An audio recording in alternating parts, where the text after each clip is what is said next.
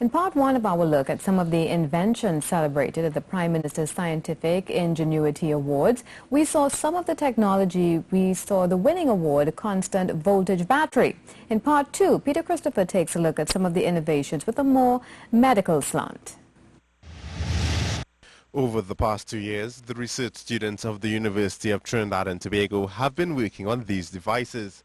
To the untrained eye, it may seem like fun and games with a computer, but Dr. Andrea Canay explains that it's a unique look at rehabilitation for stroke and physical trauma victims. To help people with strokes in terms of stroke rehabilitation. It grew from then to sport rehabilitation as well as cerebral palsy. But the idea here is taking these low-cost devices to the homes so that we could have aggressive rehabilitation. We're actually working with the physiotherapists.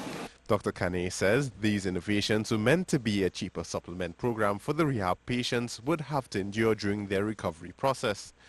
The equipment would not replace the need for physiotherapy, but could serve not only as an aid, but a marker of the stages of recovery. So it's the same screen, but they have levels, it have multi-user, so they can work with other patients or their family. We have feedback as well going to the physiotherapist, so the physiotherapist can see if the person needs to progress or if we need to change the calibration. We could give them feedback, let's say per month, per day, per unit of time, or we could give them feedback on one screen if the person started up strong and they started to drop.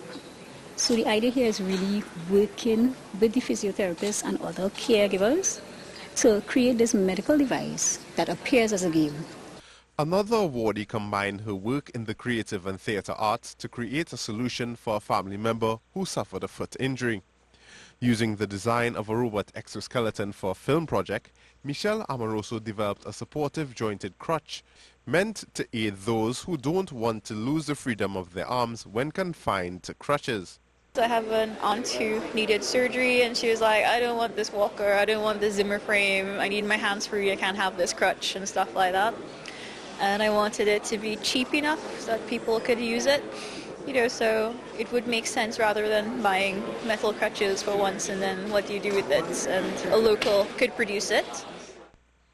Amoroso explained that the availability of 3D printing, which has increased greatly in recent months in Trinidad and Tobago, would greatly aid the production and customization of the crutch. Peter Christopher, C News.